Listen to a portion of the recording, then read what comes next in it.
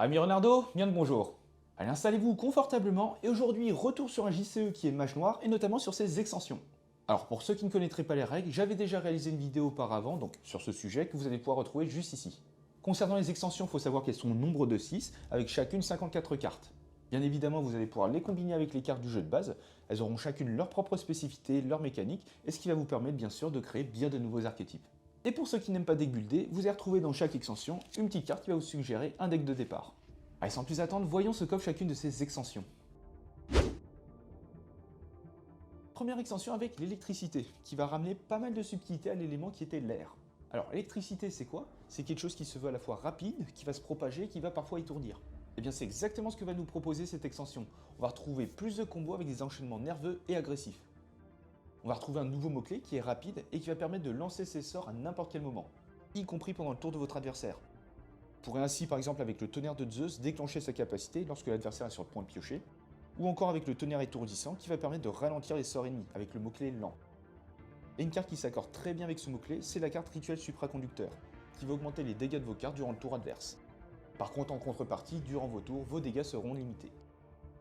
Et ce qui m'amène au deuxième point, qui est toute cette notion de choc et qui va ralentir vos adversaires. En général, ça va se traduire par le bloc partiel de pioche ou bien ralentir le lancement de sorts adverses. Donc on l'a déjà vu avec tonnerre étourdissant et tonnerre de Zeus, où vous aurez encore la carte lame de foot pour annuler les capacités d'un équipement ennemi. On aura également avec cet archétype une volonté de faire des réactions en chaîne. Vous aurez des cartes comme chaîne de foudre pour infliger un dégât par carte chaîne de foudre dans votre défausse, mais le plus intéressant c'est que vous allez pouvoir appliquer les effets d'un sort, par exemple arc de foudre, pour infliger des dégâts supplémentaires. Mais surtout pour réactiver les effets d'un de vos composants, donc l'arc de foudre into étincelle électrique par exemple, pour avoir de la pioche et une petite pichenette supplémentaire. Donc voilà pour ce qui était de l'électricité, donc c'est vraiment un élément qui se veut rapide à jouer avec des réactions en chaîne. Extension suivante avec le soleil. Alors le soleil c'est quelque chose à la fois puissant de dangereux, à s'y approcher trop près on se brûle les ailes, mais c'est aussi quelque chose de plus réconfortant, de plus chaleureux, avec des lumières vives. On va donc avec cette extension garder toute la base du feu, donc conserver vraiment ce côté agressif, mais on va en plus de ça ramener plus de sources de lumière. Et cela va déjà se traduire avec l'apparition d'un nouveau mot-clé qui est Zénith. Si vous commencez un tour avec le même nombre de sorts en préparation que de sorts canalisés, vous allez pouvoir jouer d'un bonus. L'idée derrière ça, c'est vraiment de représenter la puissance du soleil à son zénith, à son apogée avec un boost supplémentaire. On va également retrouver des composants assez lourds à placer en early game, donc en conservant une certaine agressivité. Vous avez l'explosion solaire pour infliger 9 dégâts si vous êtes au zénith, le catalyseur de soleil pour diminuer le coût de vos sorts solaires, ou encore le rituel du zénith pour activer vos sorts canalisés. Mais vous aurez également des cartes plus douces avec des coûts décroissants. Vous aurez par exemple les cartes Aube, Lumière radieuse ou encore Éblouissement, où vous pourrez ainsi accélérer votre jeu ou bien ralentir les sorts de votre adversaire. Et vous aurez des synergies notamment avec les cartes végétales, comme par exemple avec Rayon de Lumière pour diminuer le coût d'une carte végétale et la booster, si c'est impermanent, ou encore avec Champ de Tournesol qui a le mot-clé Transmutable Fleur. On va donc retrouver dans cette extension des cartes bien agressives, mais avec une gestion du timing pour pouvoir bénéficier de leur plein potentiel. Et on va également retrouver des cartes plus radieuses, moins coûteuses, qui vont soit vous permettre de vous développer, ou bien qui auront des synergies avec d'autres extensions, comme par exemple les fleurs. Et en parlant de fleurs, voyons ce qu'offre cette extension. Alors contrairement au végétal, on était vraiment sur quelque chose d'assez lent à mettre en place, ici on sera plus axé sur une sortie de jeu rapide, avec une notion de gestion de risque. Vous avez par exemple la carte fleur hypnotique, que vous allez pouvoir jouer très rapidement, mais par contre vous allez faire piocher votre adversaire. On va retrouver des cartes de développement qui retranscrivent un peu le cycle de la vie. Avec les armes, on cherchait de la hauteur avec des points de vie, alors qu'avec les fleurs, on va justement chercher de la largeur. On aura par exemple Graine bourgeonnante pour aller chercher une autre carte fleur, ou encore Fleur d'arbre, pour libérer du mana. On va retrouver des cartes un peu plus défensives également. Vous aurez des cartes comme Fleur de ronce, Tourment d'épine ou bien Photosynthèse. Vous avez Fleur de ronce qui permet d'infliger un dégât chaque fois qu'un permanent subit des dégâts. Et ce qui combotte très bien avec Photosynthèse, qui va justement booster les points de vie d'un permanent végétal. Vous pourrez aussi jouer des cartes comme Pétale tranchante pour vous-même déclencher l'effet de Fleur de ronce. Et vous allez retrouver un nouveau mot-clé qui est Automne. Et ça va permettre de réactiver l'effet du permanent lorsqu'il est détruit, une sorte de baroud d'honneur. On aura donc ici un archétype plus rapide à mettre en place avec du développement et des cadeaux empoisonnés. Exemple encore une fois avec la fleur hypnotique et le tourment d'épine. Vous ferez piocher votre adversaire mais ce dernier va perdre des points de vie en fonction du nombre de cartes en main. On va cette fois-ci passer à l'extension glace qui va ramener plus d'agressivité à l'eau et plus de contrôle. On va retrouver déjà plus de cartes qui vont infliger des dégâts un peu plus répartis.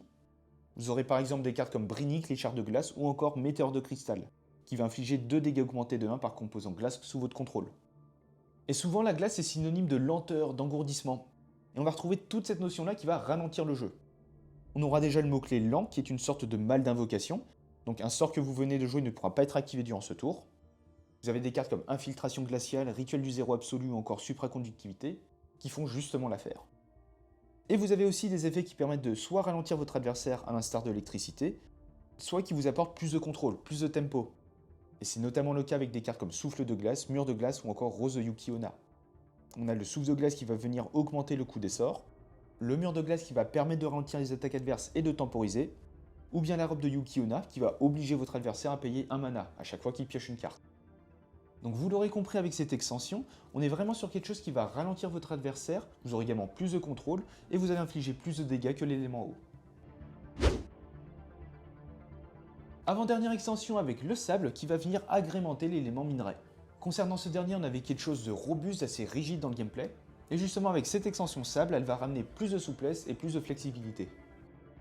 Vous allez retrouver des cartes comme Roche friable qui va vous permettre de faciliter le lancement de vos sorts sable, ou encore Sable mouvant et Sirocco qui ont aussi une transmutation en goutte, sable et souffle. Vous allez également retrouver une mécanique d'allocation et de verrouillage du sable, ce qui va vous permettre de vous adapter et d'être assez modelable. Vous aurez par exemple la carte Vague du désert où vous allez pouvoir stacker du minerai depuis vos composants pour infliger plus ou moins de dégâts, donc ça sera à vous de déterminer le montant. Vous avez encore Mur du désert où même principe, vous allez pouvoir stacker du minerai pour donner un certain nombre de points de vie à votre mur. Vous aurez également Croc du désert où vous allez pouvoir lancer ce sort avec du mana déjà verrouillé. Et l'objectif derrière ça, c'est vraiment de vous adapter et d'utiliser les ressources selon vos besoins actuels. Et on termine avec la dernière extension qui est la phase. Et concrètement avec cet archétype, on va chercher à lobotomiser l'adversaire. Et pour ça, rien de mieux qu'une mécanique de meule, c'est-à-dire une mécanique qui va petit à petit vider le deck adverse. Vous allez retrouver des cartes comme Saut dans le temps, Temps destructeur ou bien Ronce temporelle qui vont justement permettre de défacer l'autre joueur. Et à noter qu'on est sur un type de meule assez différent de l'ordinaire. Car ici en effet on défausse non pas les cartes du dessus du deck adverse, mais bien les cartes du dessous. Vous allez également retrouver des combos bien sympathiques, notamment avec le millénaire. Donc certes une carte assez contraignante à placer sur le papier, mais qui peut faire extrêmement mal avec Réflexion Abstrueuse, où l'adversaire va déphaser, donc défausser 2 fois 10 cartes, soit 20 cartes au total. Ou encore vous avez l'accélération forcée qui va faire piocher 17 cartes, sachant que l'on peut avoir que 7 cartes en main à la fin du tour. Vous avez aussi des cartes qui jouent sur la défausse, comme Inception, Retour à l'origine ou bien Altération du passé, et qui vont permettre de récupérer des cartes depuis la défausse, contrairement aux cartes avec le déphasage. Donc voilà pour ce qui était de la phase. C'est vraiment une extension, on va jouer sur le temps, donc à la fois dans le passé, dans le futur, on va chercher à déphaser les cartes adverses, donc mettre des cartes dans la défausse, et au contraire à récupérer des cartes. Donc voilà pour ce qui était de la présentation de ces 6 extensions. Donc comme vous avez pu le voir, elles sont toutes axées sur un style de jeu assez différent, et on a vraiment une mécanique qui colle très bien au thème. Et bien sûr, vous allez pouvoir retrouver des synergies entre les différentes extensions. Donc si ces dernières vous parlent et que vous souhaitez soutenir la chaîne, n'hésitez pas à utiliser le lien en description. Et comme d'habitude, vous pouvez très bien laisser un petit pouce bleu, commenter et vous abonner, ça nous fait toujours plaisir. Et sur ce, on se retrouve dans une prochaine vidéo. Ciao!